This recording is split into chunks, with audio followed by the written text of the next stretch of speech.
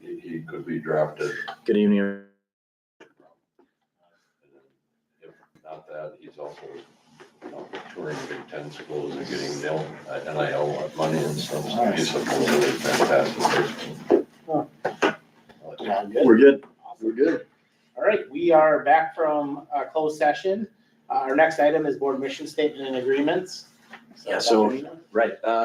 Our mission statement is we will develop policy that is representative of our community, set goals, and lead our district by collaborating. Our beliefs are stand up and own it. We are one and courage to grow.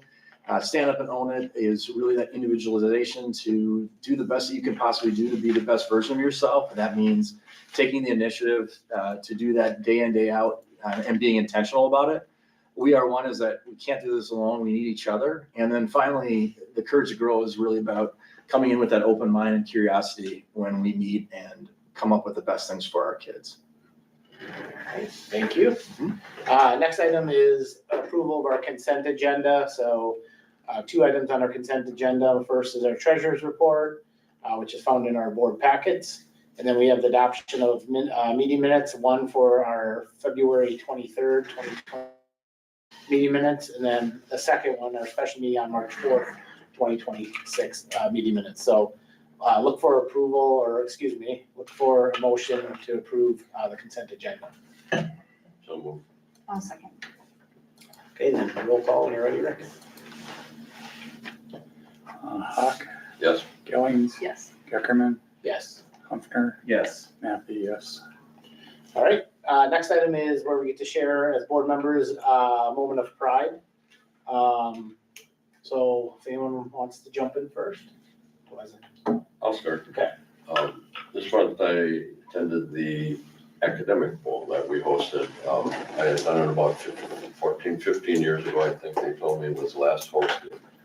And was one of the proctors in the team events, which I really enjoyed that. So I saw it was on the calendar, so I stopped by, and it seemed to be done the exact same way as back then. It was a lot of fun. I followed along. I got 12 questions in each category. I got 1 right in each of them. Studies, which I pounded home 7 right answers. Look at this competitor. I love that.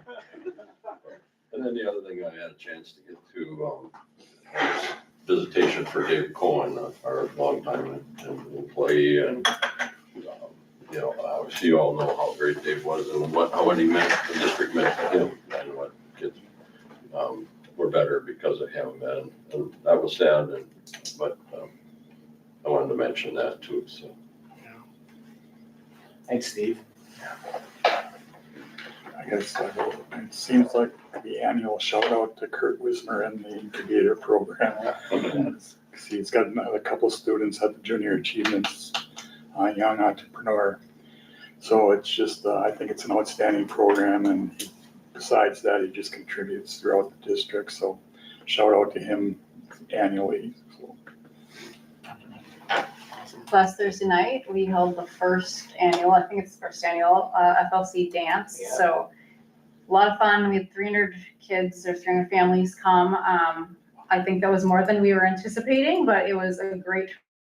I think a lot of those things happen because there's like a village of people that come together to make that happen. So we had a lot of parent volunteers, some staff that volunteered to help our parent team put that on. So I think it was really successful. The kids had a great time. They filled the dance floor and were just all smiles. So that was our main goal with that, and we made that happen. Dancing and a track meet at the same time. At the same I mean, it time. was beautiful.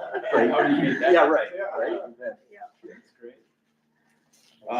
Well, I was gonna echo what Rick had brought up with Mr. Wismer and all of the efforts there. It's kind of nice to see that spotlight on some young entrepreneurs in our district. So besides that, the wrestling team I remain pretty involved with, and transitioned from high school now to middle school, and we're winding down that. I think the last the conference tournament is Thursday, so that'll wrap up the season. And it goes pretty quick, but really nice group of kids and strong, 8th grade class, which could help support filling some of the ranks in the high school program in the years to come, so. Awesome. The only thing different that I add, I think just this last couple of days is probably pretty challenging. And to be able to walk in the building with all the snow and the parking lots to be clean doesn't happen by accident. So just to the crew that probably worked endless hours on Sunday and Monday and today, like those are the little things that make everything happen. So just appreciate them and all the effort they put in to get the kids back in school tomorrow, which will be good. So Well said. alrighty, up to you now. You get the spotlight, it's all yours. Thank you for coming in Yes. too. Like, Oh, yeah. this is a day that you didn't have to, but we appreciate you. Yeah. Thanks, Liv. So good evening, board members. I'm excited to share some highlights from student council as well as updates from other clubs and activities happening at Harassment High School. So for student council, we will be hosting the Kiss a Senior Goodbye fundraiser. This is a simple activity where students in all high school grades can purchase 3 Hershey Kisses and write a note to a senior. In addition, student council will soon be holding elections for new class officers and representatives, and you all will have the opportunity to meet next year's soon. For Key Club, members are currently collecting hygiene items for the care cabinet, which is now up and running and hallway for students to access. They will also be participating in the FLC literacy event. In addition, the kickball event now has an official name. It is called All Stars, and planning for the event will continue throughout this month. Can you talk more about that? I'm just curious. Yes, so for the last meeting, I did say where does this spring event at Planmore Park, where they will host an inclusive kickball games for students in special education from multiple schools. Awesome. And then for National Honor Society, the National Honor Society will be hosting Easter read-alongs from March 23rd through March 25th as part of its continued community involvement efforts. The mandatory NHS banquet will take place on April 12th from 5 to 7 p.m. this Sunday after prom. And for SRE continues to create monthly bulletin boards to recognize and celebrate important observances such as Women's History Month for this month. In addition, SRE members continue to mentor FLC and ELC students. Any questions? I don't have a question, but I don't know how we're already getting introduced to the next class. That's what I mean. It feels like it just started, so. How often do you mentor the students down at FLC? Well, like each week. Each week? Yes. And what does that look like? How many minutes and what do you? It's just one class. So there's like different classes you're able to go to. Like there's like 3rd hour, like 6 during lunchtime. Depends what's available for you. And you just go to the class, help out the student that needs the help. Mm-hmm. And then it's majority of the times it's also during like the end of the day. Okay. So you have more free time. So do you help them with classwork? Do you help them? Yeah, stay- classwork. It's majority also for like bilingual people. Yeah. That are Hispanic. Mm-hmm. Yes, that's our main time to create for that. Awesome. Thank you. That's great. Yes. Okay. Thank you. Thanks for coming, everybody. Thank you. All right. Is our clerk's report? Okay, we've got some more donations for Backpack Buddies in memory of Jerry Schaefer. At James and Susan Nicola for $50. Russell and Patricia Hoff for $25. Diane and Michael Burns for $20. Deanna Schaefer for $65. And the North Fond du Lac Optimist Club for $100. So thanks to those guys and appreciate that. I'm sure the Schaefer family really appreciates it as well. Absolutely. Thanks, Rick. Next item is citizens' comments. We have no one else in the room besides the board, so we'll move on to the next item, which is our superintendent's report. All right, great. Thank you. As always, just so everyone knows who's watching as well, we try to frame some of the things and events that we're doing right now currently within our district under our strategic plan. And our strategic plan has 4 buckets. One's the academics and learning, another's financial and operations, another's safe and emotional healthy schools, and then the 4th is engagement and communication. So what I like to do is roll through what's going on at this given time. Usually we have a school come in at this time, but right now data is not there yet at the high school, so they will be joining us later, either in May or June again. So just when we get ACT results, pre-ACT, some of those things that need to come to the forefront before we can bring everybody back. So they will be coming around. I'm gonna start out on the safe and emotional healthy schools with Raptor. We've been training quite a bit with our staff, and I just wanted to walk you through just a little bit of that, just to get an idea of what's happening. Remember, everybody, Raptor is the electronic management tool used for safety and really keeping track, not only as each of the buildings where when people enter, they give the ID and then they get their printout. And so it's check-in on any of those people. It does background checks as well in addition to that. But the thing that we stepped into more now is the ability to use it during everything from intruder drills to fire drills, you name it. There is a part of that system now that can be used for emergency response. And so we've been training our staff to be ready for that and how to use it more effectively. So just a quick recap of our emergency response protocols. This comes directly from the national organization, I Love You Guys. This is a group nationally that basically works on school safety. It's all research-based, and they have a different flow of language that they use that we've also adopted. And these are the three main emergency responses that we have. One is the active threat, and that's if an intruder or other individuals come in with any kind of threat into our buildings, there is that ability for our schools to use protocol to respond to that. The hold could be anything for like a medical reason. So if a student has a medical issue that we have to all get to at one point in time, student stops breathing or whatever it might be, we have a team of individuals that go to that place immediately as respondents. We lock everything so that it doesn't create disturbance, but also at the same time, it allows that team and any other safety official to get to it really quickly.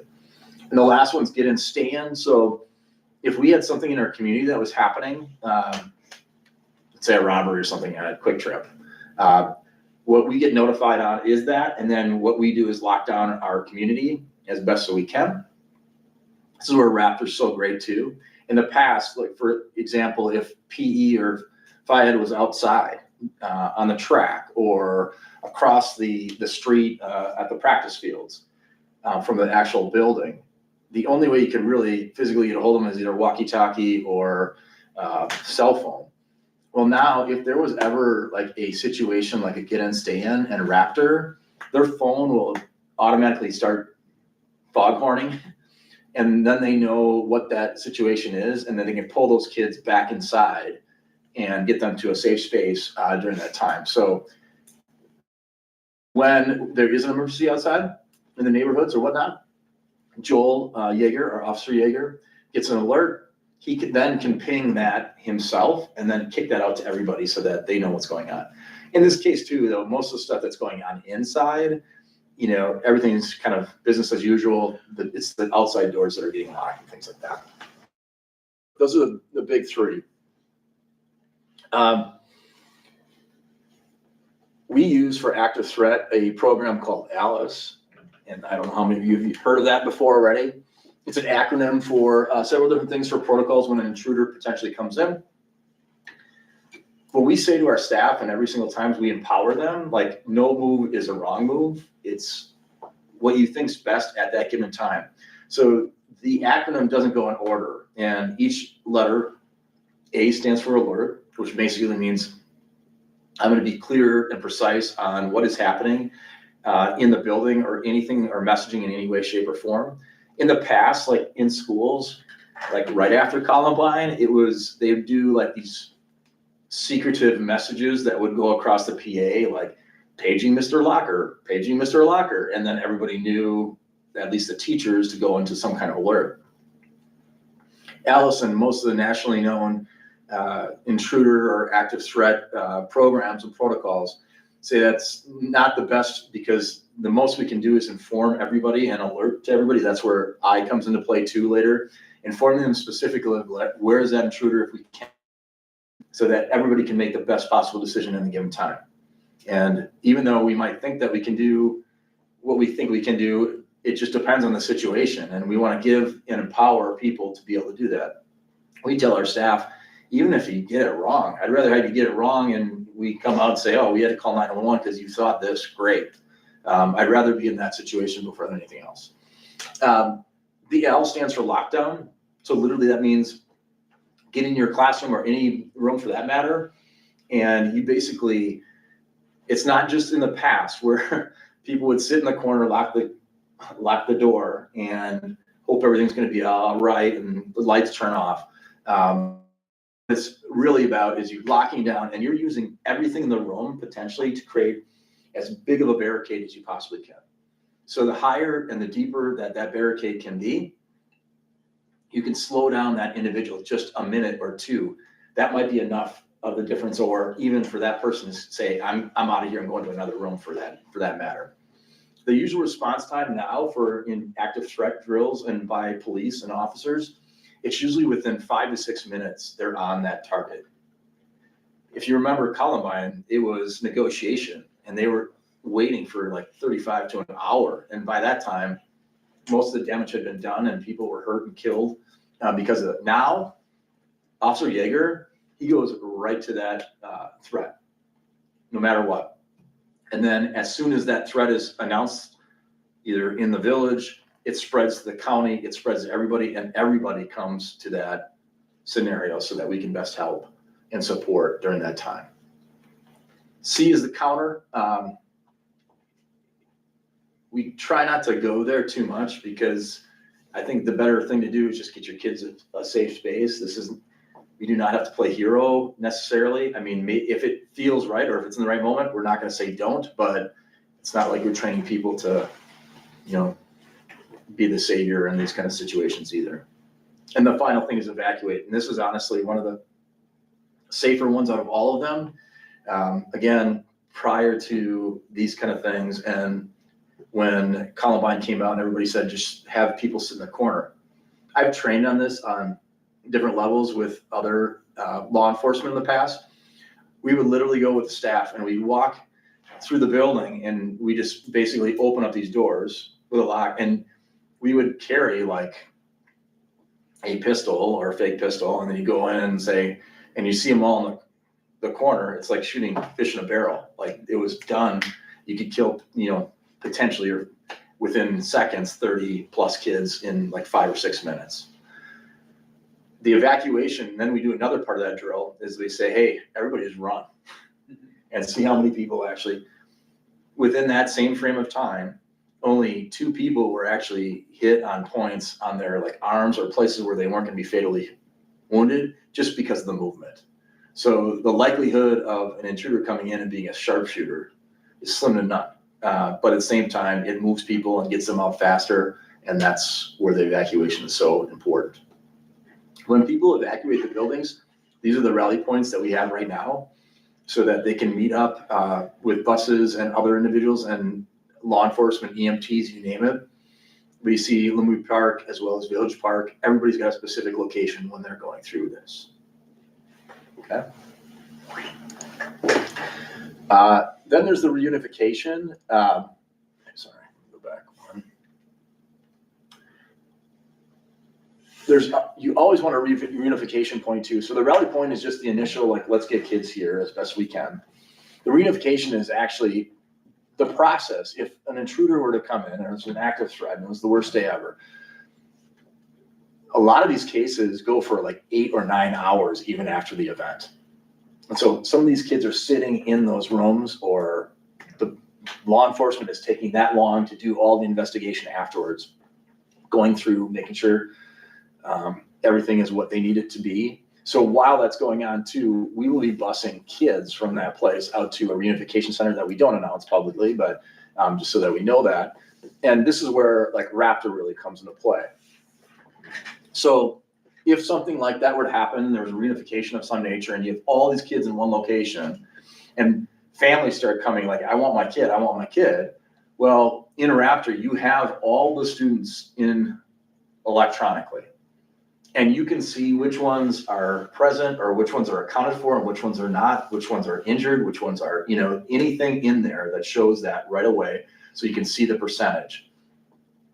So if, like Matt, came to pick up his son or daughter from that unification point, they can immediately know at least what they have in front of them, that either they're there or they're not. And if they're there, then the parent has to show ID. The ID then is scanned by the Raptor information. And then we have a runner that goes and gets that child, brings the child back, parent signs off. As soon as they sign off and they're good to go, it notifies all their other family contacts.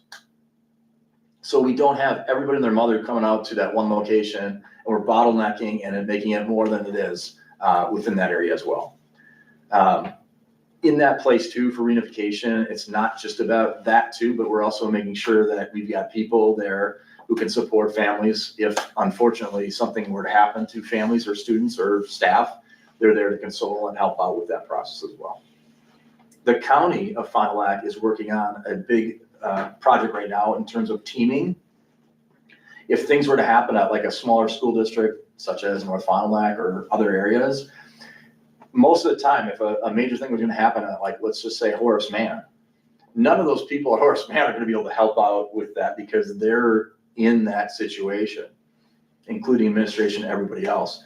So we wanna make sure that bodies are in place, that they can do all these these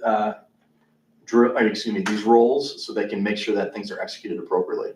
So that's where the county's teaming up and saying, hey, let's get players from all these districts to actually help and support and come to those locations to help and assist. And so they would be the helpers in those reunifications. And possibly we could have people from Friendship or other places. It just depends on the scenario. This is Raptor. This is the front thing that all of our staff have on an app. When they open their app, this is what they see. There are like 6 buttons right now. We have active threat, hold, like you explained to you before, as well as get in, stand, same thing. We also decipher, we put it a medical hold so that people know that nothing is happening out of the ordinary other than a medical hold. We're making sure kids are safe, so that can be on there as well. And then you have evacuation, which is more of your fire drill scenarios, and shelter is more of your tornado situation. So there's also a team assist button here where you can push this, and it is a specific situation that might call on administration or other people to attend to. Not everybody has that button, but it helps out in terms of getting to a situation as fast as you possibly can. So are staff using this during like fire drills or tornado drills even? That's what we're working up to. Okay. Yeah, so we've had 2 trainings, major trainings on this. Okay. One back in December and one in January for some folks and like last week for other folks. Okay. But all of our buildings have had active threat drills since January. So we've had Officer Yeager, people coming in, running a mock situation where we just say business as usual, people are in their classrooms, things there. And then all of a sudden, Officer Yeager comes in, he fires blanks in the building. Just to kind of stimulate as much as possible. Administrators are tagging along with Officer Yeager. During that time, staff is supposed to respond as best as they can respond, given what the situation is. And they make the next best choice. And so whether it's evacuation or locking down, that's usually the 2 cases. That's usually what occurs. And we've done that every single building, even Trefford for that matter, just to show what that would feel like.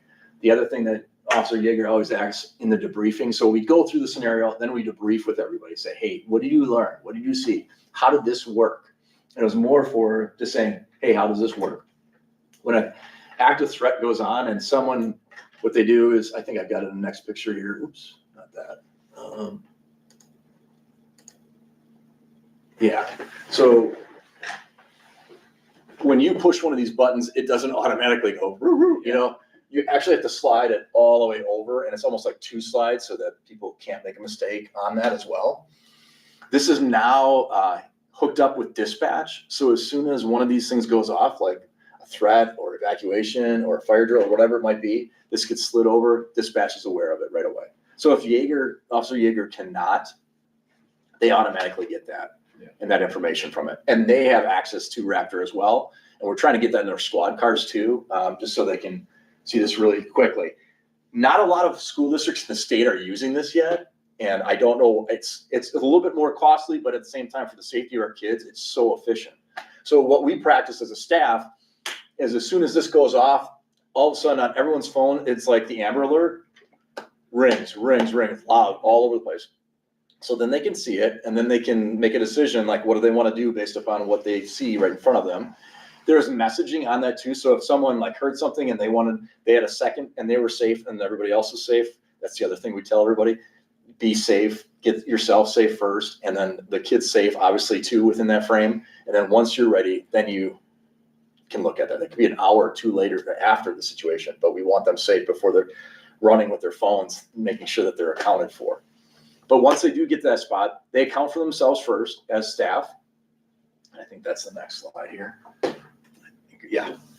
So when they get in there, you get a message, the message alerts, and then it says my profile roster.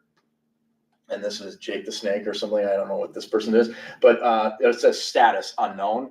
You flip down on the status, say present, you hit enter. Then as an administrator or an officer, there's a dashboard. I can see the percentage of people who are accounted for and who are not. That's from staff to students, to even people who are coming into the building for that day. So if we had a substitute or if we had someone to check the boilers, we have access, or they have access to this as well.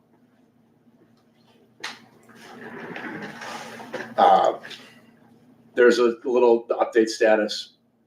Absence is purple, missing is yellow, and red is injured. And then you have the ability on the app too, is like a GPS. You can have your location shared so that you don't even have to type any location in. They know that you're in this room or this location. And that's also very, very awesome. But you can update the location yourself too and say, I'm in the gym, or I'm in, depending on this classroom. And all of them are numbered. Everyone has their numbers for the specific schools as well. Again, same kind of stuff. We automatically, Raptor partners with our student information system. So right now, Q, if there was an absence, it would log in or simulate with Raptor. So we can know if they're out or with us without the staff member thinking, oh, I don't know who is here or not. They're already on there in terms of not being present. Interesting thing is when we've done these drills, some of our staff members have not been in school for whatever reasons, and they account for themselves because they hear it. They're like, oh, I'm accounted for. And that just shows you that it goes beyond the walls of our buildings as well. We also have a place on our Raptor app. It's called Documents. And in the Documents area, we have all of our safety plans, crisis intervention plans as well. So anybody can pick that up, open it up. They can see exactly how to move forward, who's involved, who are the people to contact, you name it.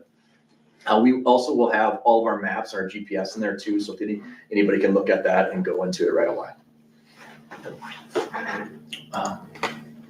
This is just data in terms of getting it.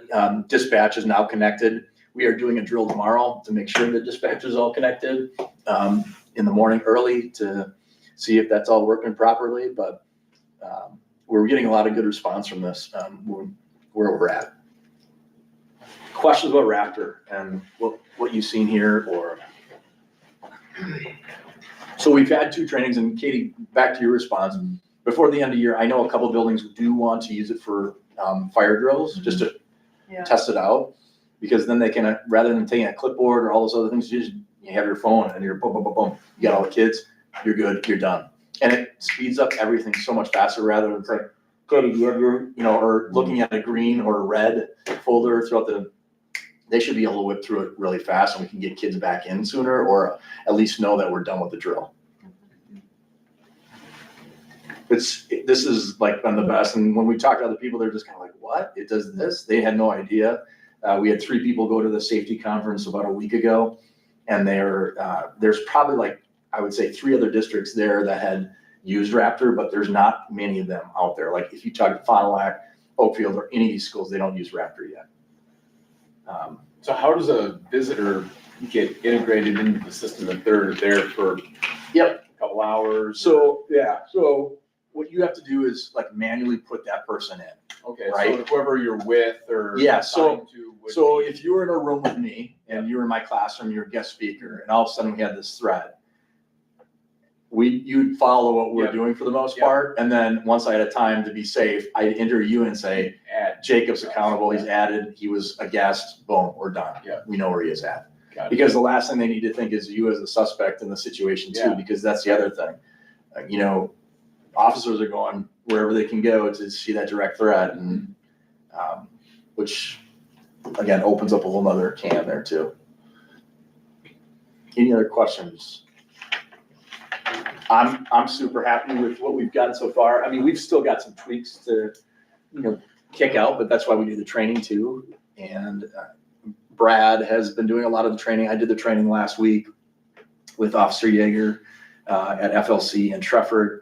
Brad and I and Officer Yeager did BAMS and Horseman about a month ago too. So I just feel good that we've got some things going. We're working on some different things for our students. We won't go live like this. We won't ever, I don't think we need to go to that degree, but we do need to have conversations to say like, okay, if this happens, we got some interesting ways of doing that from the conference, and I thought it was solid, and we just got to tease it out a little bit more before we actually present it to anybody, but I think it keeps people in check and where we're at without doing a major drill with what that is, because obviously you've got different levels here of elementary versus high school, but still the conversation has to be had so that people are ready. There has not been a death of a staff member or a student in a fire since 1956. All right. We had a school shooting 2 days ago, and yet we only practice this, according to the state, twice a year. It makes you just wonder, right? And I always lead it with, it's unfortunate that we're in a scenario like this, but we are. So how might we be best prepared so that if we're ever in that moment for that matter, we can do the best we can do with what we have. Matt, when you say 2 days ago, you're talking nationally or statewide? Yeah. No, nationally. Yeah, nationally. We were looking at, I asked Joel too the other day, and it's like, oh yeah, it's one of a day, or, and it's be that a public shooting, or, I mean, you had that, the beach just a couple days ago down in spring break, people are opening fire. So I think, things like this help us prepare, and I am very, I feel it's very important that we do invest money into these areas because, again, if we can keep it as safe as we possibly can, that's what I want to be able to do too. And being part of this stuff for the last 20 plus years since Columbine, like it has gone like such an amazingly good way, but at the same time, it's still one of those big things where you just, our number one is making sure all of our kids are as safe as possible and staff.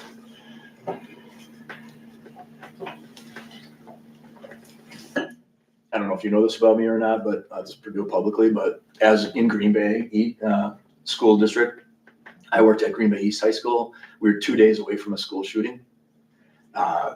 They had the plans, they had the weapons, they had the place mapped out. We had one student out of their 2 friends come to me and say there was going to be a school shooting the day before. Wow. So then at that time, there were pagers. It wasn't cell phones. So we paged the police. The police came in. We talked to all the students. They, shared their information, and all 3 of them went to jail for a significant amount of time. And that before they even went through with it. So it was a unique case where it had never happened, where you really kind of are ahead of the game. Usually you get it afterwards, but we always are saying it's not, what's in a kid's backpack, it's what's in a kid's heart. And you have to do that. You have to really have good relations with kids. And that's one thing we keep plugging and programming for our staff. It's easy to say, yeah, we're gonna get a whole bunch of metal detectors and all these other things, but it's false sense of security. When the reality is do you know where those kids are and where they're, social, emotionally, to best help them and support them? And that's what we try to do. And I think we're doing a really nice job with that across the staff, and we'll continue to do it every single day. So a little bit more than you need to know about me, but just information wise. I think it's important too, in that what you're doing with working with the police department, because you can have a situation like Uvalde where the school does everything right and the police stand there for 45 minutes. Yeah. Yep. So I really like our SRO and the relationship we're developing with the police department. That's a great point too. And we have conversations with basically a memorandum of understanding with the police department saying, this is how we do our gig. How do you do your gig? Because we want to know how we can best work together, because they are two separate entities when it comes to it at the end of the day. But even dealing with students and like, what does that look like so that we're somewhat in the same ballpark? So we're providing that same kind of service and support.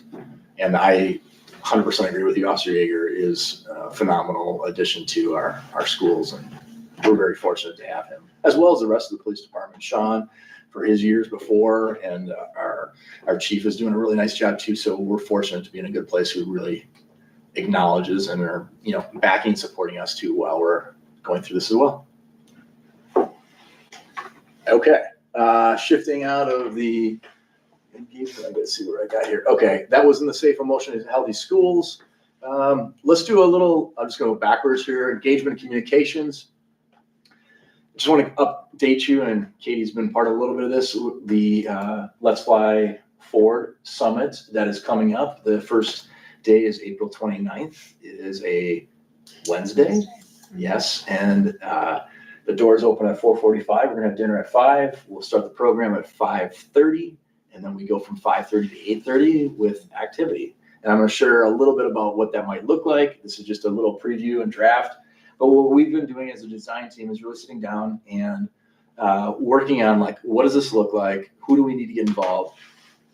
Who are the players that are most important we want in the seats? And now it's going to be really a messaging campaign of getting out, contacting them with understanding that this is what this is. So they know it before they come in there, so they're not guessing and saying, okay, I have no idea I'm coming in.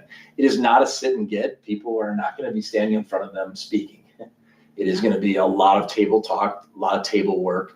And I'm excited to see kind of some of the outcomes. I'm going to share with you a couple of different things that are going on in terms of the activities and what it could look like. But let me see if I can drop this here. Hold on. I think I've got multiple in this corner.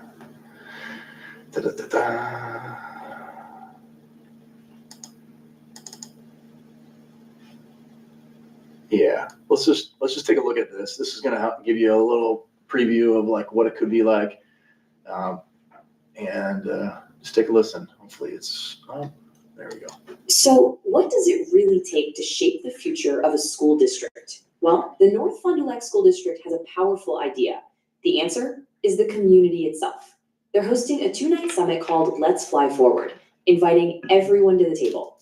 We're going to break down the flight plan for this amazing journey. And who's our co-pilot for this trip? None other than the Oriole mascot. It's a fun way to show that this is all about teamwork. Every single person helps steer the district in the right direction. Here's a look at our flight plan. We're going to start by looking back at the district's history, get a real handle on the present, and then the exciting part. We'll actually design the future. And all along the way, we'll be hearing directly from students and parents. It's the whole journey, from takeoff to landing. Okay, so what is this summit really? Think of it as a 2-night experience designed to get the whole community in one room. We're talking parents, students, staff, residents, everyone, to dream up and build a vision for what a truly excellent school district looks like. The entire mission really boils down to this smart 3-step process. First up is reflection, where everyone builds a shared understanding of where they've been. That sets the stage for genuine awareness of where things are right now. And only then can the community move on to visioning, crafting a future that's both ambitious and totally achievable. It's that progression that makes all the difference. So the whole journey kicks off on night 1, and they start by looking back. Because before you can chart a new course, you gotta make sure everyone is on the same page about the journey so far, right? It's all about building that collective memory. The whole thing is built on this really simple but powerful idea. You can't figure out where you're going if you don't really get where you came from.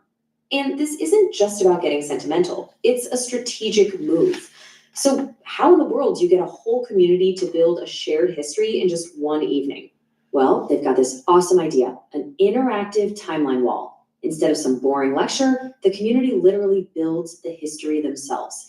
Get this, each table focuses on a different decade, talking about what was happening in the world, in the town, and in the schools. Then everybody does a gallery walk and adds their own memories on Post-it notes. It just makes history come alive.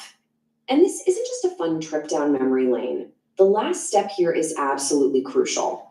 Each table has to look at all those memories and stories and pull out 5 key observations or patterns. This is how all those personal stories get turned into real, powerful insights about how the district has grown and changed. Okay, so once everyone's on the same page with that shared history, night 1 shifts gears. It's time to gain a little altitude, Get that clear 30,000-foot view of where the district stands today.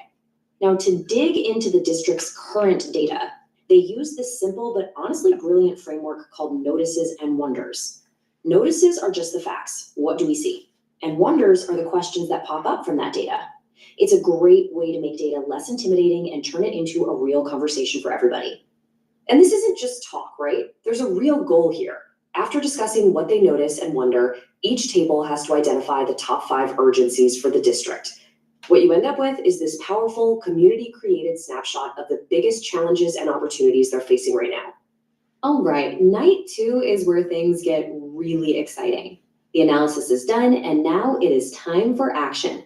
After looking at the past and the present, the community actually gets to design the future. And they start with the most important part of any school, the students. This is the big question, the one that drives the next activity. It's all about creating a portrait of a graduate. I mean, what's the point of all this if it doesn't lead to success for the kids? So what does that ideal NFDL graduate actually look like? In building that portrait is a real team effort. It starts with everyone reflecting on their own, then they jump into small group discussions to mix and match the best ideas, and finally, each table shares its top 5 most important elements with the entire room. It's a great way to go from individual thoughts to a powerful shared vision. So for the final activity, they push everyone to dream big. It's not about policy or budgets. It's about a feeling. They ask this amazing question. 5 or 10 years from now, if you walked into a school and it was just radiating excellence, what would you actually see, hear, and feel? It's about painting a picture of success. But what's really at the heart of this whole thing? It's not just a bunch of adults in a room talking theory. Woven through both nights are showcases from the people who matter most, the students and parents. These moments make sure all the big ideas stay grounded in real life. I mean, just imagine the power of hearing a student or a parent tell a quick 1-minute story that starts with that prompt. My teacher made a difference because, wow, that's the stuff that reminds everyone why they're doing all this work in the first place. And the variety of these showcases is just fantastic. You've got everything from a day in the life of an Oriole presentations to videos from alumni, gallery walks of student work. It's all designed to make sure the strategic conversation never loses sight of the real learning and the real lives it's all about. So as the flight starts to descend and the summit winds down, the big focus becomes, how do we take all of this amazing energy and all these great ideas and turn them into an actual plan? This is where conversation becomes direction. And here's the crucial part, the promise to the community. Superintendent Dr. Matt Minot is going to close the summit by explaining exactly how every idea, from the timeline to the urgencies to the vision for the future, will be collected, analyzed, and used to build the district's next strategic plan. No ideas get left behind. And an event like this can't just end. It has to be celebrated. The final gathering at Morgiel's isn't just a party. It's a chance to really lock in the new connections and to celebrate the massive accomplishment of building a shared vision for their schools together. So the Let's Fly Forward Summit really lays out the perfect flight plan. It puts the community right there in the cockpit. The only question left is the one they're all going to answer together. What incredible future are they going to choose to build? All right. Katie's a fair summary. I think, it was. I think a big piece of it is like pulling the community in too. So like, obviously we have a pretty tight-knit village. Mm-hmm. And I think connecting the community and the school is a really good thing. And so I think pulling in, you have a good team of people that are working on contacting or will be working on contacting so many entities in the village and kind of beyond that will be helpful to kind of shaping what this looks like too. Our first night, we broke down like from legislators, farmers, you name it, businesses, big, small, and just laid out as much as we possibly could in terms of contacts. So Yeah, it was amazing. The whole wall was covered. It was really cool just to see like how many connections the community has and the district has, like across the board to work on this. So it was targeting the entire district, not just the village, right? Yes, As it relates to the everything, yeah. community. townships and things like that. And honestly, it targets some of those people outside of our district in the Okay. Fond du Lac area because there are players too that do impact us in different ways. And so there is a couple of reach places, I mean, including our legislators too, like, okay, let's invite them to the table. Universities from Marion to, Oshkosh for that matter. So like trying to get just different players into it. It was funny, I was at CISA a couple weeks ago and the assistant deputy superintendent, she was talking about like creating a portion of the graduate for just a template for the state. And said, we're looking for ideas. And I go, hey, do you want to come on April 29th? And she's like, oh yeah, this would be great. So we've been emailing back and forth. So we're gonna get different players in there, media too, just so that people understand what's going on as well. But everything's done purposeful. Like people don't just come and sit where they want. Everyone has an assigned seat. It's all planned, programmed. RSVPs are done by a certain date, so we can do that. So there is a cutoff time where, we're not just everybody and their mother can come on the night of. We need to know like who's there, how many per dinner. We're also going to provide childcare for younger kids. So we're working on all that. But I feel like we've got a lot of good stuff going and more to come. I've got more tomorrow night too to share with you. But So you bring up media. Is there a plan for us to try to document it through video or having someone kind of take that role throughout the event to make sure that we have some collateral afterwards that, I don't know, kind of showcases the event? I love it. And I think you think about Kurt's Wismer's students who are in that media area, it'd be awesome to have them play and just try to capture what they can capture and get more of that. Students are involved in this too. They will be at tables, so will teachers, educators. So it's not all just community outside of education. There are education players, including all of us here at this table. So other questions that you have about it? So April 29th, what's next between now and then? What all's going to Yeah, happen? so a lot of it's like getting messaging out. So I've got a social media campaign that will kick at it. We have to get letters out to all these people. We have to have the design team then, in addition to the letters, reach out to them personally. And I've got like even a phone script for them to like walk through that. And that's everything from like Katie to Chuck Horning to our students, making sure that we can get it out there. So that's gonna be a big part of it. And getting the RSPV, we've got a postcard generated too that we'll kick out to the village and to the townships as best we can, and then have like a QR code on to show them what it's about, but also to RSVP. But we need that RSVP like at least a week before. So everyone's game time. welcome. Yeah, everyone's welcome. Yep. But we just need to know who's on that list so that we can best support and make the Plan accordingly. thing works really well. So And it talked about a 2-day one. I know April 29th. Is it the next day then? or no, it's April 29th and May 4th is the second day, and it's a Monday. Same times? Same times, yep. And we like to split it up a little bit, just to give some people the time to bring some of that together, but us as well, like all that data we'll collect that first night from the timeline information to what those urgencies are. And then we can share that back out. Like, here's the themes, here's what we saw first night, and then we can bring that back that second night with everybody else. Yeah, it's a continuation, so we want people to attend both days, Yes. not just Okay, pick that's- one, yeah. To do just one night, you're not gonna get the full. Sure. We know that some people won't be able to, but I guess the bigger thing is just to get people in the room Yeah. too as well. Cool. Good questions. Those are the big things that need to happen, like within the next, the other thing is just getting sponsors and there's some good conversation. I don't think it's gonna take too much with doing that, but yeah. Cool.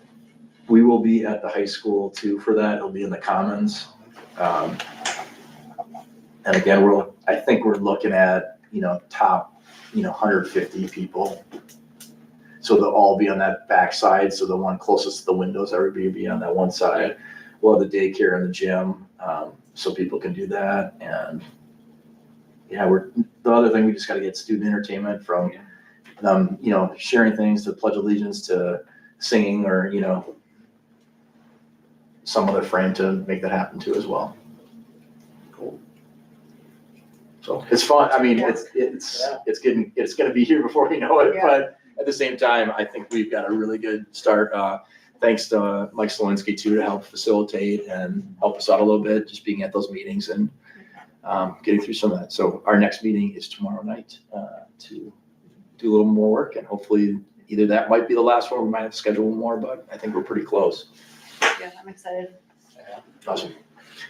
Okay, so I had a board member ask about a little bit of the contingency of our digital technologies as well as some of our curriculum framework. So I put together a couple different things to show you what that looks like. So I think it might be best to start with the digital infrastructure and the educational assessment tools, so you can kind of see that. You've heard a lot of this before, but I'm gonna kind of take you back through it. Let me just see here if I got it down here.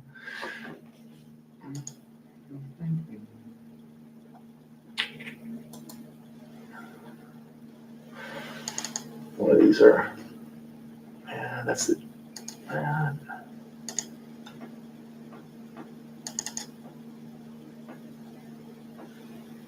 Okay, and then I want to get this one too.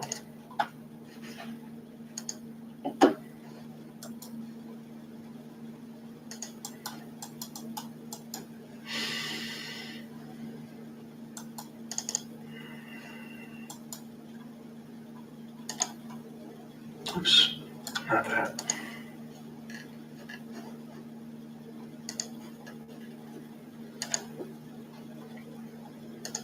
All right, so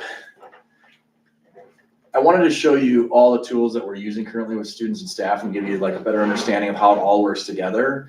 And then I'll show you how the curriculum tools work then together to make sure that our learning's happening based on the tools for gathering what we have here in front of you. So I don't know how to get this thing off here, but basically our number one goal, supporting your students with clarity and confidence so that they can make sure that we're getting to where we need to get to in terms of achievement, but also SEL levels for the whole child, making sure that then in that process they're engaged so that these two things happen in a great place, so that the more students are engaged, the more learning that's happening, the less of this, and the more they're going to be in the school being part of something. So this is basically a couple of different things that we have right now. Data generators, you've heard iReady already. It's a diagnostic. We have that 3 times a year for K-8 and honestly 9-10 as well. We do it at the beginning of the year and then we do it at the end of the year for everybody in that area. So it generates the data so we can see those things. And then Dibbles, you also heard this from Jen Towell before. These two things then get dumped into basically a showcase called Next Path. Next Path is another thing you heard. It's like the window dressing. It shows everything from any kind of data and presents it in a good way so it makes sense for most people. We shared that a lot of different times. And then you've got your SIS or your Student Information System. That's cumulative right now. We will be shifting to Infinite Campus as we go through. So this is just a base overview of some of the digital. So iReady, again, you heard this before, superpowers. It really meets Act 20 screening as we all are walking through that for the literacy portions. And then again, trying to stretch those growths for our students and hit higher achievements within it in both reading and math based upon the interventions that occur in between each diagnostic. Any questions about iReady? You got a pretty good handle. Here's Dibbles. You got that in terms of fluency. It's all about fluency and meeting the fluency. Again, Jen has them read. She assesses them, at least twice a year and then gets information back, making sure that that fluency continues to flow for us as we're moving forward. And then monitoring all these stats. So you've got Dibbles, you've got iReady, and then you've got classroom assessments giving you more of a complete literacy profile or where students stand in the literacy portion. We obviously are trying to get all of our disciplines in this area so that we're using literacy on a constant. That's where like investments in like an ELA interventionist or a math interventionist, all these things are helping out with this work as well. Here's the next path, really bringing the academics, behavior, SEL all into one space so you can see it. It's like dumping in from Infinite Campus. It's getting stuff from iReady, moving us to create a really fast bridge for us to show what's actually happening in real time from where we're at. So saves us time, supports collaboration, and empowers proactive support. So you heard this again and again from our teachers. Our teachers can see the data. Once they see the data, they can make or pivot or change what they're doing to best meet the student where they're at. And that's really where that comes all apart. Next back in action, you have early alerts, flags for the scenario so you can best reach the child. You can see everything within the child, the whole child. It's not just one dynamic. So it's not just literacy. It also has SEL, family engagement, those kind of things within it as well. And then it just gives more of that full story history in terms of support from tier one. Tier one's 80%, everyone else is learning in that classroom. Tier two, you drop it to 15, and then you drop it to another 10 or 5 in the tier three. But those interventions are in place so that our kids can be met where they need to be. Cumulative, this is the SIS system that basically is a dashboard for office, for counselors, for teachers. This is where behavior is stored. This is where attendance is stored. This is where grades can be stored as well within that area, and family can access that in terms of where things are at. The audible that we're making, and we're in the process right now of shifting over to IC, a lot more clarity, getting response times in a more dual fashion for us to be successful, and then really not Frankensteining the program anymore. Everything's cooked into one. We talked about that with IC. And I'll just give you a side note, they have been extremely great working with them. We just had another meeting with them today, but there is a lot of training. It takes a lot. At the same time, I feel like we're being supported, the contact, the communications there, way better than I've ever felt from our other company. So Infinite Campus, July 1 will start, but actually we're doing the work right now. So it's happening behind the scenes. SEEDS, which is an IEP database, will no longer exist either. It has a separate system. All of our special education documentation will occur in IC. Again, on the bottom there, cleaner interface, faster support, clear training pathways, all the same costs when it comes down to it. So on July 1, will this roll out to families, or is that? Yeah, so July 1, or actually July 8th is the technical, because the system does roll in, but it takes a few days to get into the 8th. We will do at that time, everything from online registration to how to use IC as an app.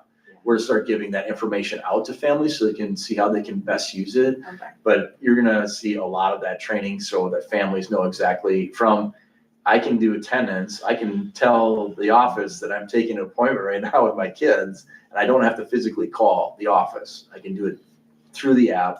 It monitors it, and then that saves us one less thing for the office staff to have to do is take a phone call or pick up the voicemail. We still are gonna be there and available. However, this will limit a lot of those things within it. That's just one factor. So again, coming back to the beginning, you got data generation from those select areas. You have dashboards and alerts through the next path, and then you have a unified foundation and Infinite Campus. So they all work in tandem to provide us with the most efficient way of making sure things are happening. This just talks about how general ed versus special ed uses the information, even with NextPath and IC in that area for special ed, to the iReady diagnostic, which they both use on both levels, so they can make sure that the growth is happening. But through monitoring NextPath, they can really see that PLC and data work so they can best help and strengthen current things that are happening right in the classroom. So one question, I just want to make sure I'm understanding. So like data through NextPath will now go into Infinite Campus, and that's how parents will see, or you'll still have to log into NextPath to see the data? You still have to log into NextPath to see the showcase data. You'll still see, like, if you want to see grades, or if you want to see attendance, if you want to see behaviors, that's all still in IC, Okay. and it's available for people to look at. But that also is drawn out of IC and put into NextPath so you can see everything all at once. Now, you might not see everything at once, but like Lauren sends out that, here's your progress right now in NextPath. That's what they're doing at the elementary level. And you can see what they want to show you. Yeah. Just like in here, we show what we can show in terms of attendance, behavior. We try to do it all in that one interface so you can see that. On every single kid's dashboard, though, we've got from their academics of what's happening in their current classes, for example, the high school level, how they do semester 1 versus semester 2. We also have their old forward data right in NextPath and side by side with NEI Ready data and ACT and pre-ACT. We also have their student survey data from the social emotional lens where we used to use Panorama. Now we do it right out of NextPath. And so we can see where those students are at, either at a risky point or they're doing really well. So NextPath's for the data. I see is more like a communication tool. Yes, I think they're both communication tools. Okay. NextPath's our way of showing the window dressing. Okay, sure, yeah. IC is like, you all can access any of that at any time. Okay. Good questions. Can we at some point get a demo of what the parents see? Cause like I don't have access. Sure, to you that bet. stuff, so Yeah, I'd love to do that. what sign-ons they have to go to and what they can have access to. Just get a pen.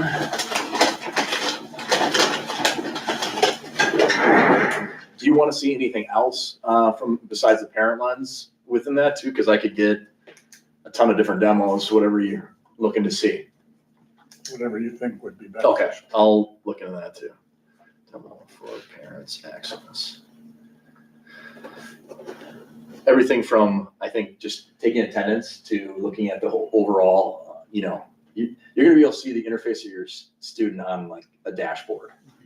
I don't know if you see that now in Q, but either from, the picture to your grades to what classes they're in right now at that moment, it's pretty slick. So you say Q, but it's Skyward, right? Yeah. It's Okay. Skyward. Yeah. Q is the upgrade of Skyward. Okay. It's the tile one now, right? You, Yeah. Yes, yeah. where it has bubbles, and then you can break So- it down. So am I. So both- Am I using the wrong one? I only ever use Skyward. No, It's still I thought Skyward. Skyward, like, Yes. yeah. Yeah, It's still Skyward. It's just a different. Q is the future of Skyward. okay. They're remodeling, but we are getting rid of both Skyward and Q for the student information system. We will continue using Skyward for the financial side of things because they're the best in that area and they're actually built for businesses, not necessarily Sure. So like funding lunch or things like that still goes through for like on a parent for side? Skyward. No, it'll go through IC. Okay. all right. Yes. Okay, I'm that's talking about the 100% behind the scenes Yeah. financials will be going through Skyward still. So like fee payment Yeah. and everything will Go through IC Okay. and you're gonna have a lot easier access. That's another thing I'll put on here, like how It's you. easier to like use, it's more user friendly. Yes. Skyward, because I feel like Skyward was always a little wonky to use. Yep. Well, it takes you to a third party. Yeah. So here's service. a few things I'll bring back. Demo of parent access, from attendance to fee access to signing your kids up for clubs. I mean, all Yeah. that stuff I can would be think done like through even that. if they could do a mock registration of what they're doing, because that's probably when we're gonna get Yeah, the most questions, because if it goes live July. I think the more That's- communication that Yep. you can give to parents on how you access things in the app is gonna be the Yeah. best. The other big thing too is the messenger too. We're no longer gonna have to have a separate party of a messenger. It'll automatically come out of IC. So you'll get text messages and you'll get your email. And if there's ever a announcement that we have to make, we can do that audibly through that as well. So it's all cooked in one versus, here, you're getting this message from whatever. But my daughter used to love, in the messenger and IC, it comes back as don't reply, right? As a thing. So she goes, and this is when she was younger and I think grade school, she's like, why are we getting all these messages from Don Triplay? Who's Don Triplay? So it was like, I'm like, the running joke is Don Triplay in our house in terms of messages back. A lot of the stuff can also, it's great for us, for counselors, for staff, really doing those quick flags for us to see where students are at and to best help them along the way. And that's really starting to come out a lot more in the NextPath area for us. So again, this is where we're currently at. We've got Next Path, iReady, Dibbles, finishing up with cumulative, and then we're starting right now, and we are doing this right now, is training on IC. There's a lot of people involved in that. I've got a sheet that's full of trainings that we have to take on. It's just got a lot more, it's timely, and it shows exactly where we need to go and what people need to do. So the plan is a good one, I think, moving forward here. Off season, that's where, like in that July area, or excuse me, the June area, we're doing a lot of that campus infinite campus stuff. So we're getting that ready, and then finally it goes live in July, and then we get that full unified ecosystem within it, as it says. Okay. I think it's pretty cool. I'm glad you went through that. That's helpful, actually. Like, I feel like we're much more organized with this update than we were with our Skyward enhancement, where I felt like that felt a little rushed. So I'm glad that we're doing the training up front with everyone. And then I think it's great that if we can get more stuff out during this school year about what a parent can expect. Yeah. It might get more attention than in the middle of the summer. I don't know what that looks like, but just so that they are aware Well, that's coming. I'm kind of the central communication point with IC right now in terms of like scheduling and getting things ready. And I'm glad I'm in that, just because there's one thing to know the business side of things, but there's also another side to see how parents are feeling, but also the students and staff. And I've got a pretty good understanding of all those buckets, and I know who needs what at a given time. So that orchestration, I think, is helping out too a little bit in terms of this process around, and just having some clue of like what's actually happening. We were really said like, here you go, get ready, and then the communication wasn't back for us. So I see they know where we're coming from, they know what we lived through, and they got a really good team that we're working with right now. And then when you look at this, let's see here, looking at curriculum tools is the last thing I want to show you tonight. Let's see here, I might have to go to this too again.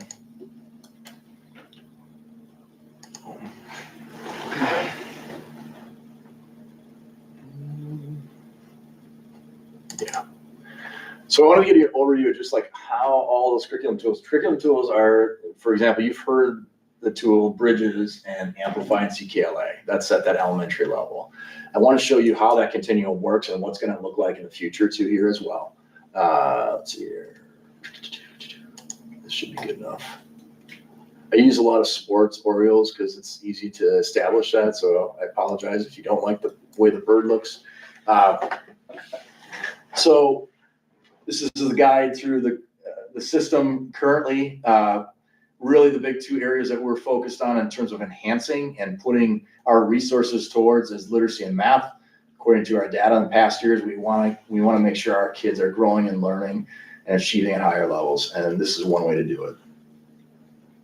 So what we're really looking at this core curriculum tools, like what is actually happening. But to get this, we had to know what is our data and where are we at to make the best possible decision. But in tandem, you can't just win with a curriculum. And I still, this is aged me, but it was like, here's the textbook, good luck, and you just assume like you just do the textbook and you're fine. But what ends up not happening out of that textbook are these collaborative teaching practices and the high quality instruction that needs to take place so that we actually have learning happening. The tools we selected though have these cooked in, but we also have to support and keep training and teaching these up for all of our staff. So we make sure we get the best possible environment for our kids so that they are engaged, so they are part of what we're doing. So this is a quick just lay down of how it all looks at every level. So right now for literacy at the elementary level, you've heard Amplify CKLA. They've had it for a few years, or actually this is the second year. I think it feels like 3 or 4 years, but second year of them walking through that, there's a lot of good things that are coming out of that, and we're continuously learning from that as well. In terms of the mathematics curriculum or the curriculum tool, it's been Bridges, and that's been here before I got here too as well. And you've seen some really great gains. Again, stepping outside and really having the students have active learning going on within that time. If you come by a math classroom in the elementary, you're gonna see them doing their problems and up on the walls and trying things out. It's pretty awesome. And if you ask a lot of students at FLC, a lot of them will say, "What's your favorite subject?" They say math. I'm like, oh, wow. Every time I have lunch with these students, they're like, I go, "What's your favorite subject?" Math. And I would expect maybe something else, but that was pretty cool to hear that. So what we, middle school wise, we want to bridge, right, from this type of learning to that next level in 6-8.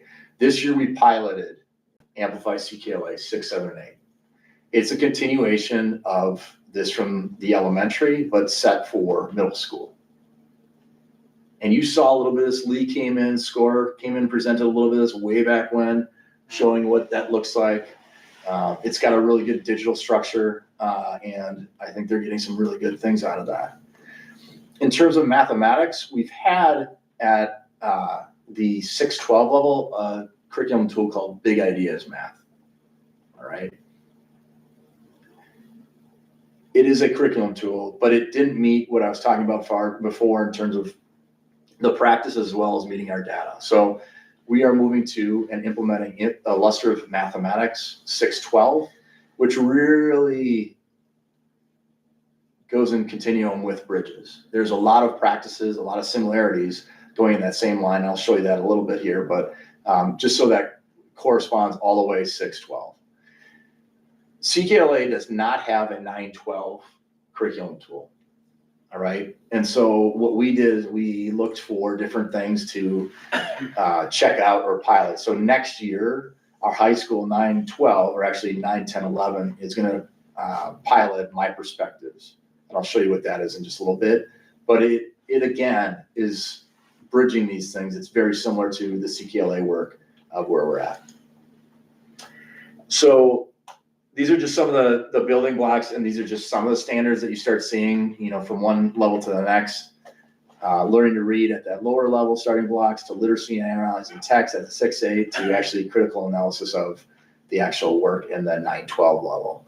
And then the math building number sense early on, applying math reasoning, and then actually getting into real world problem solving. And that's why we love illustrative too, because it actually bakes that in. I think last Friday, we had a training session with our math teachers.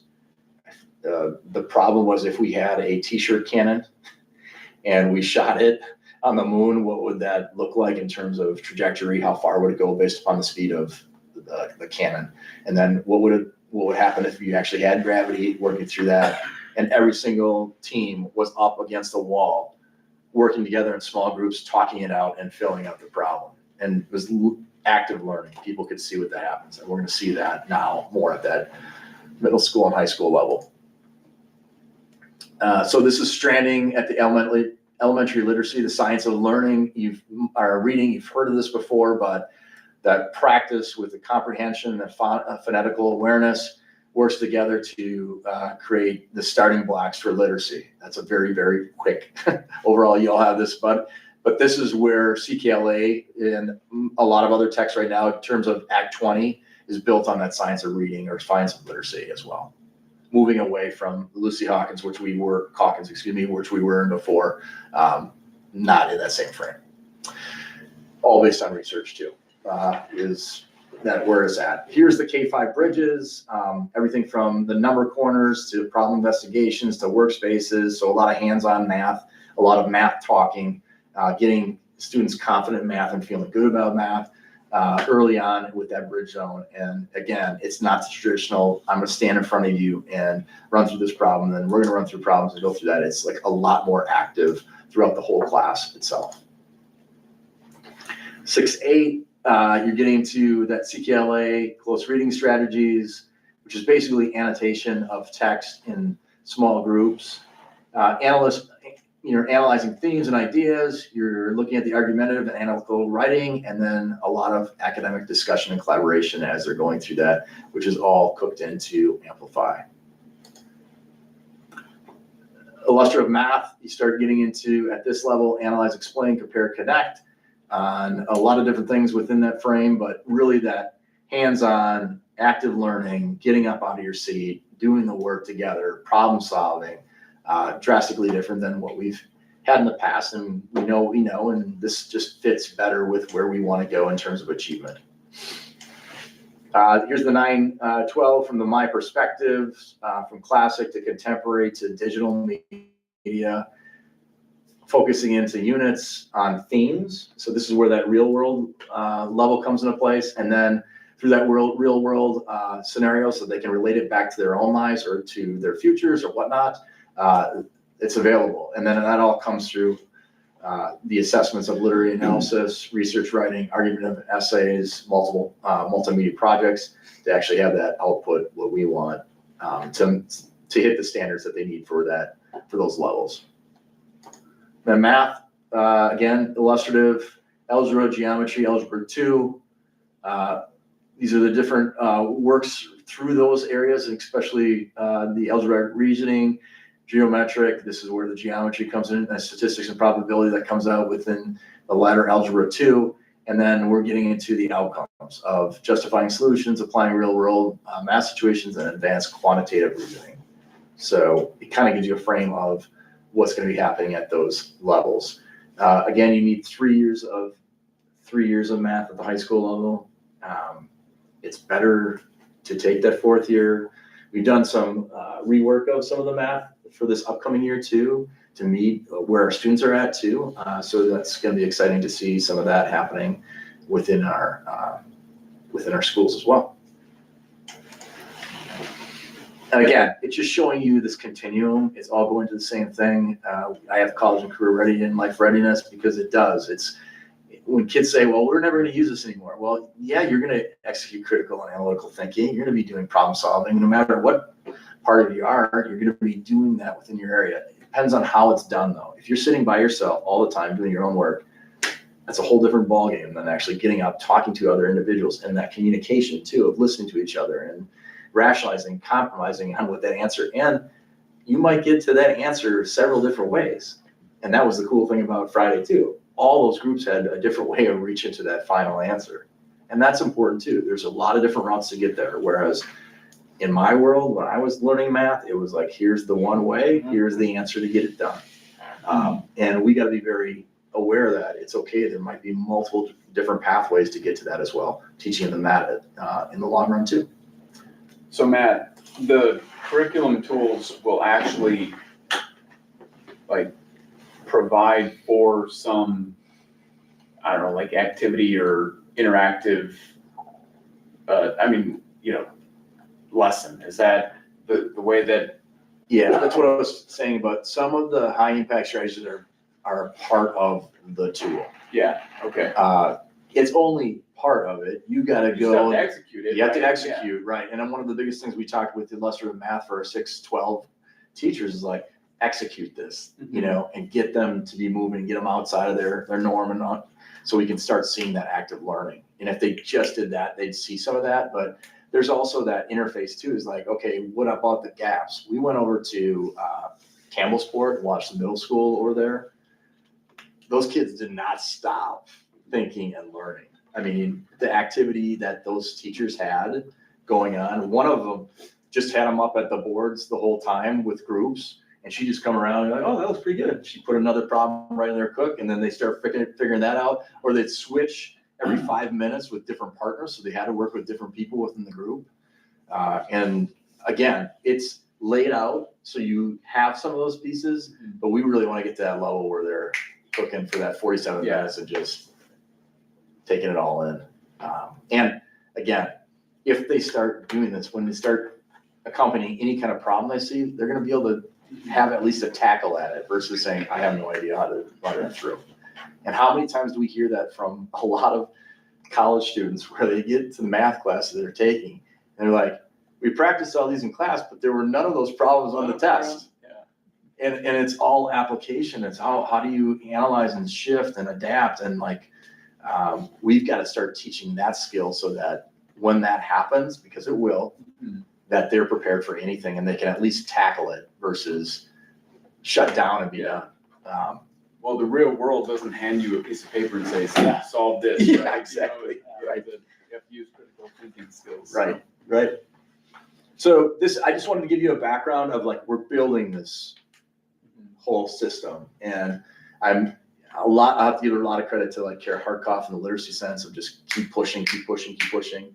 I got to give a lot of credit to our building principals, like staying with the course, especially Lauren, but even Jillian this year, just picking up that amplify and saying, "Yep, we'll go get this." And the same with math at that 6-12 level with Dwayne and Jillian, and now Dwayne taking on that My Perspectives curriculum tool for the high school level. And they just met like this past Friday and they're like, "Yeah, we'll go for it." So the teachers are into it too. And that's exciting as well.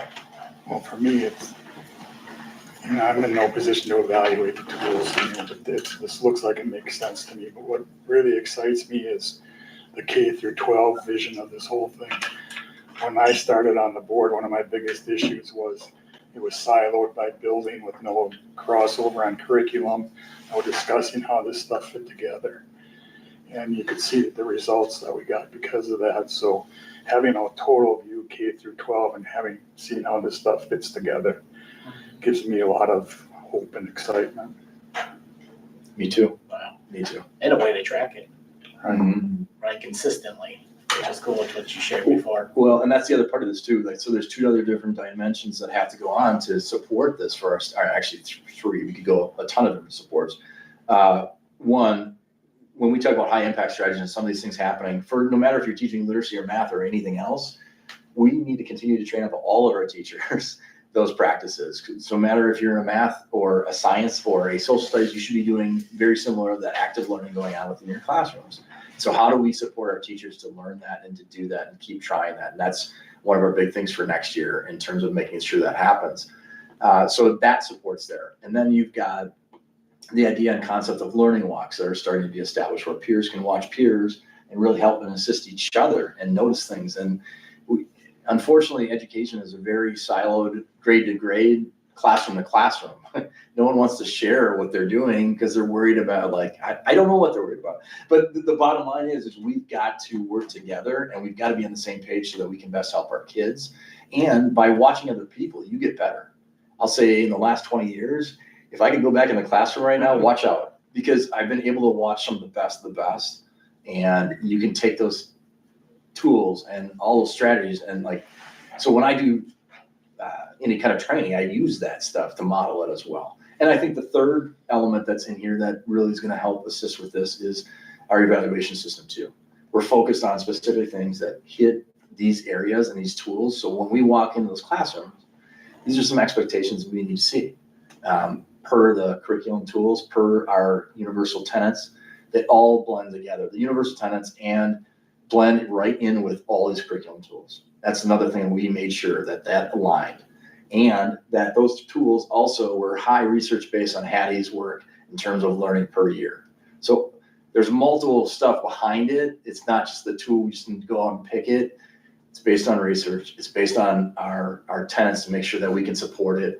And, again, I think just the idea conceptually, like you're saying, is that continuum. We wanted and made sure that it wasn't just a gap from one point to the other. I don't know how many hundred times I heard, like, we get from the elementary world and then we go to middle school and it's like, oh, it's a whole new world. We've got to get to a point where the language continues. The rigor, grows, but the language continues. So it's not so shock and awe when these students walk into the next classroom. They're in routine. They got it. They start doing these things and they become more comfortable and confident in their own skills as they're moving forward.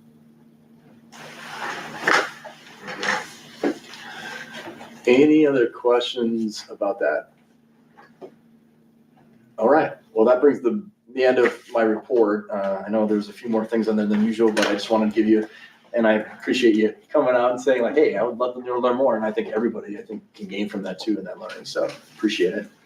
If you have any other questions or if you want more in those areas or if we need to go deeper, this is going to be good for you too, is that once we get this going and rolling again, and you can start hearing, when you hear the teachers presenting, you'll know some of these things back and forth.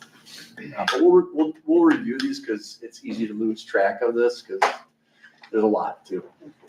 I think you have those documents, but if you need more information, I can always give you more as well. All right. Okay. Awesome. All right, next item is new business. We have 2 items to discuss. The first one is discuss and consider approval of the following list of teacher contracts. So in our board packet was a list of all the contracts that we would issue with our compensation model and the full step forward, which we're budgeted for next year, which is exciting. So the approval is just for the contracts to be issued for the upcoming school year. So we'll look for approval of contracts. I'll make the motion. I'll second. All right, and then when you're ready, Rick? Matthew, yes. Gillings, Yes. Hawk, Yes, Hunter, Yes. Geckerman. Yes. And then last item on new business is discuss and consider approval of one resignation. So we have one resignation to approve today is Ms. Dyke, fourth grade teacher at FLC. Just want to thank her for all her service and great work she's done within our district. Ms. Dyke will also stay through the remainder of the school year. She just wanted to do what was right and get us early access to that information that she's going to move on. So look for approval of that resignation. I'll make the motion. Second. Okay. And roll. Hawk, Yes, Hunter, Yes. Gillings, Yes. Matthew, yes. Geckerman. Yes. All right, that is our final new business item, and our last item is adjournment at 7:33 PM. So this meeting is adjourned. Thank you, everyone.